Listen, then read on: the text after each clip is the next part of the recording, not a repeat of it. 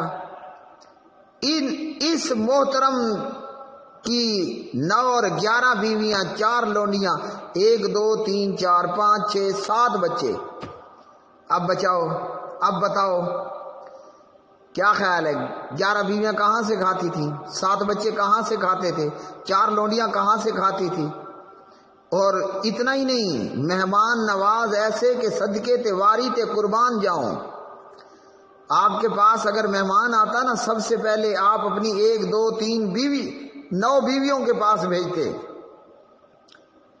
اگر وہاں سے کچھ مل جاتا تو مہمان کی میزبانی کرتے، ورنہ پھر کسی صحابی کے گھر ایک ایک کر کے بھیجتے، وہیں سے اپنے مہمان کی میزبانی کرتے۔ اور اتنا ہی نہیں نا جناب، کوئی آ گیا مجبور اور لاچار، آپ کی اپنی جیب میں کچھ نہیں ہے، آپ نے ادھار لیا، سوالی کا سوال پورا کیا۔ اللہ اکبر، اتنا ہی کچھ نہیں ہے۔ اور بتا دوں ظالموں اور جاہلوں، اللہ کے قرآن کو پڑھو، اللہ کے نبی کو پڑھو۔ ہم نے قرآن نہیں پڑھا، ہم نے نبی کو نہیں پڑھا، ضرور کہتے ہیں میں صدقے واری جاؤں، فلان یہ وہ۔ میرے نبی جب فوت ہوتے ہیں، میرے نبی کی زرہ یا ڈھال یہودی کے پاس گروی تھی۔ گروی کیوں رکھی جاتی ہے آپ کو پتہ ہے؟ وہ اس لیے کہ میں نے آپ سے ادھار مانگا، بھائی میری زرہ میری ڈھال آپ کے پاس گروی ہے، جب آپ کا قرضہ واپس کر دوں میری زرہ میری ڈھال مجھے واپس کر دینا۔ سبحان اللہ، میرے نبی صلو علی الحبیب صلی اللہ تعالی علیہ وسلم۔ اب میں نے کہا تھا کہ ہمارے بچوں کا دودھ، بچوں کا فیس، بچوں کے پیمپر، بچوں کے کپڑے، بچوں کی فیسیں، ان کا کھانا پینا، سب کچھ اللہ خالق کے اوپر ہے۔ پڑھو قرآن، اعوذ باللہ من الشیطان الرجیم، وما من دابۃ فی الارض الا علی اللہ۔ سبحان اللہ۔ یہ سورۃ ہود ہے اور 12ویں پارے کی پہلی آیت میں نے آپ کو پڑھ کر سنا دی۔ اب امید ہے کہ یہ جو گفتگو آپ سنیں گے نا، کبھی آپ نے کنڈم کا استعمال، کبھی آپ نے چھلے کا استعمال، توڑا بلا ہو، کبھی آپ نے انجیکشن کا استعمال، کبھی آپ نے ٹیبلٹ کا استعمال کوئی نہیں کرنا۔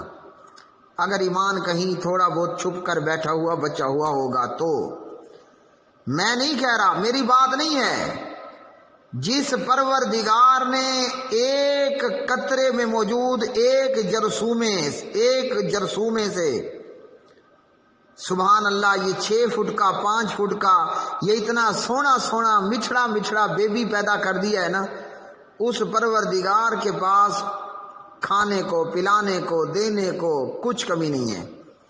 اللہ فرماتے ہیں کہ جانداروں کا رزق وہ اللہ پر ہے، اور صرف جاندار بھی نہیں، غیر جاندار بھی، ہر ایک کا رزق اللہ سبحانہ و تعالیٰ کے اوپر ہے۔ تو وہ رازق ہے، وہ خالق ہے، اور وہ بہترین رزق عطا فرمانے والا ہے۔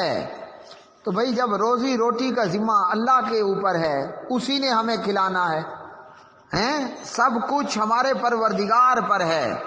جب اس نے کہہ دیا اور نہیں کوئی چلنے والا زمین میں مگر اللہ کے ذمے ہے اس کا رزق، تو بھائی اللہ کے ذمے ہو گیا نا۔ ہم اگر کسی چودھری سردار بادشاہ کسی کا ذمہ لے لے اسے کچھ نہیں ہوتا، تو جو ساری کائنات کا پروردگار جو جب اس نے اپنے ذمے لے لیا کہ بھائی رزق میرے ذمے ہے، تو کاہے کا ڈرنا۔ خرگوش کی طرح بچے پیدا کرو سبحان اللہ، خرگوشنی کی طرح بچے پیدا کرو، دھڑا دھڑ بچے پیدا کرو۔ اس ڈر کو چھوڑ دو کہ اتنے سارے پیمپر کہاں سے لیں گے، اتنا سارا کپڑا کہاں سے لیں گے، اتنا کھانا اتنا پینا۔ سبحان اللہ، وہ سب اللہ کے ذمے ہے۔ اور سنیے، میں صرف مولوی نہیں ہوں کہ آپ کو قرآن پڑھ کر سنا دیا۔ مجھے اللہ کے قرآن پر، نبی کی سیرت پر 100% یقین ہے۔ میں صرف مولوی اور قرآن پڑھ کر سنانے والا نہیں ہوں، میں نے اللہ کی رحمت کو اپنی آنکھوں کے سامنے دیکھا ہے۔ میں جو آپ سے تکلم کر رہا ہوں نا، گفتگو کر رہا ہوں، اللہ کے فضل سے میں 10 بچوں کا باپ ہوں، اور ٹھسا ٹھس کھاتے ہیں۔ اللہ ہے جو رزق دے رہا ہے، بھائی ہمارا کام ہے حرکت اور کوشش کرنا۔ تو یہ اولاد زیادہ بچے یا کم بچے ہمارے اختیار میں نہیں ہیں کہ جناب آپ تھوڑے بچے پیدا کر لو یا زیادہ پیدا کر لو۔ ہاں، جو برتھ کنٹرول کرنے کی کوشش کرتا ہے وہ ضرور کارخانہ قدرت میں انگشت بازی کرتا ہے، اپنا بیڑا غرق ضرور کر لیتے ہیں۔ بچے زیادہ ہوں بچے کم ہوں، یہ ہمارے اختیار میں ہے ہی نہیں۔ کس پاگل نے تمہیں کہا ہے؟ اتنا ضرور بتا دوں کہ کارخانہ قدرت کے اندر انگشت بازی کرنا، انگلیاں مارنا، یہ ضرور اپنے لیے ہم نقصان کرتے ہیں، اپنے ایمان کو بھی خراب کرتے ہیں اور اپنی دنیا کی زندگی کو بھی خراب کر لیتے ہیں۔ لیکن بچے زیادہ ہوں بچے کم ہوں، بیٹیاں پیدا ہوں بیٹے پیدا ہوں، اللہ کسی کو زیادہ اولاد دے، کسی کو تھوڑی اولاد دے، کسی کو بالکل کچھ نہ دے، یہ آپ کے اور میرے اختیار میں نہیں ہے جناب۔ یہ کس کے اختیار میں ہے؟ میں پھر قرآن پڑھنے لگا ہوں۔ للہ ملک السماوات والارض یخلق ما یشاء یہب لمن یشاء اناثا ویہب لمن یشاء الذکور او یزوجہم ذکرانا واناثا وَيَجْعَلُ مَن يَشَاءُ عَقِيمًا إِنَّهُ عَلِيمٌ قَدِيرٌ۔ پارہ 25 ہے، سورت کا نام الشورى ہے۔ پڑھی جانے والی یہ آیت 49 اور 50 نمبر کی ہے۔ اس آیت کے ترجمے سے پہلے آپ کو حدیث سنا دوں، میرے خیال میں بلوغ المرام کتاب النکاح میں ہے، اور دیگر کتب حدیث کے اندر کتاب النکاح میں یہ حدیث ان عورتوں سے شادیاں کرنی ہیں جو زیادہ محبت کرنے والیاں، زیادہ بچے پیدا کرنے والیاں ہیں۔ اللہ ہی کے لیے ہے بادشاہی آسمانوں اور زمین کی، وہ پیدا کرتا ہے جو وہ چاہتا ہے، وہ عطا کرتا ہے جس کے لیے وہ چاہتا ہے، لڑکیاں فقط بیٹیاں، اور وہ عطا کرتا ہے جس کے لیے وہ چاہتا ہے لڑکے، یعنی صرف بیٹے، یا ملا کر دیتا ہے ان کو لڑکے اور لڑکیاں، اور بنا دیتا ہے جس کو وہ چاہتا ہے بانجھ بے اولاد۔ 100 زور لگاؤ، دنیا کے بڑے سے بڑے ڈاکٹر کے پاس اور لیڈی ڈاکٹر کے پاس جاؤ، اولاد کوئی نہیں ہونی۔ مرد بھی فٹ ہے، بیوی عورت بھی فٹ ہے، دونوں میڈیکلی بالکل فٹ ریڈی ٹو یوز ہیں، مگر اللہ ہے نہیں دینی اولاد تو نہیں دینی، لگاؤ جتنا زور لگا سکتے ہو، بلا شبہ وہ خوب جاننے والا بہت قدرت والا ہے۔ اور ایک اور حدیث آخر پر سنا دوں، آپ نے فرمایا زیادہ بچے پیدا کرنے والیوں سے شادی کرو، میں قیامت کے دن اپنی امت کی کثرت پر فخر کروں گا۔ سبحان اللہ سبحان اللہ۔ وآخر دعوانا الحمدللہ رب العالمین۔